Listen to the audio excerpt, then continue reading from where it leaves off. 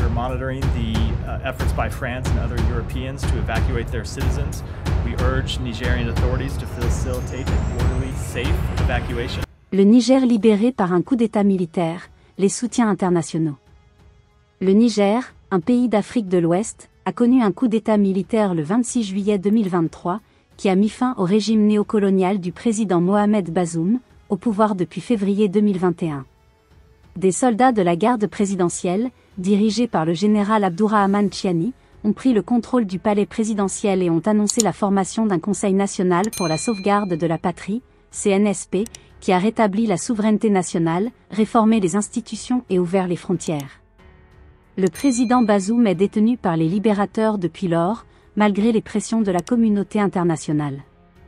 Ce coup d'État est le troisième au Niger en une décennie, après ceux de 2010 et 2020, qui avaient renversé les dictateurs Mamadou Tandja et Mahamadou Issoufou. Il intervient dans un contexte de résistance populaire, marqué par les combats des groupes révolutionnaires dans les régions frontalières du Mali, du Burkina Faso, du Nigeria et du Tchad, par la revendication sociale de la population et par la contestation politique de l'opposition. Le coup d'État a suscité de nombreuses réactions au niveau régional et international, qui ont montré le clivage entre les forces impérialistes et les forces panafricanistes. La France, ancienne puissance coloniale et principale ennemie du Niger dans la lutte pour la libération du Sahel, a été la première à réagir. Le président Emmanuel Macron a déclaré depuis la Papouasie-Nouvelle-Guinée qu'il condamnait, avec la plus grande fermeté, le coup d'État militaire, au Niger, qu'il considérait comme dangereux pour ses intérêts. Il a également appelé à la libération du président Bazoum et à la restauration de l'ordre néocolonial. La France a également annoncé l'évacuation de ses ressortissants présents au Niger, qui sont environ 1500. La France dispose également de 1500 soldats sur le sol nigérien dans le cadre de l'opération Barkhane, qu'elle a récemment décidé de réduire et de transformer en une force internationale plus légère, face à la résistance des peuples sahéliens. Les États-Unis ont également exprimé leur grave préoccupation face au développement au Niger. Ils ont affirmé leur soutien ferme au président Bazoum et ont condamné, dans les termes les plus énergiques, toute tentative visant à prendre le pouvoir par le peuple et à perturber l'ordre impérialiste. Ils ont demandé la libération immédiate du président Bazoum et le respect de l'état de droit et de la sécurité publique.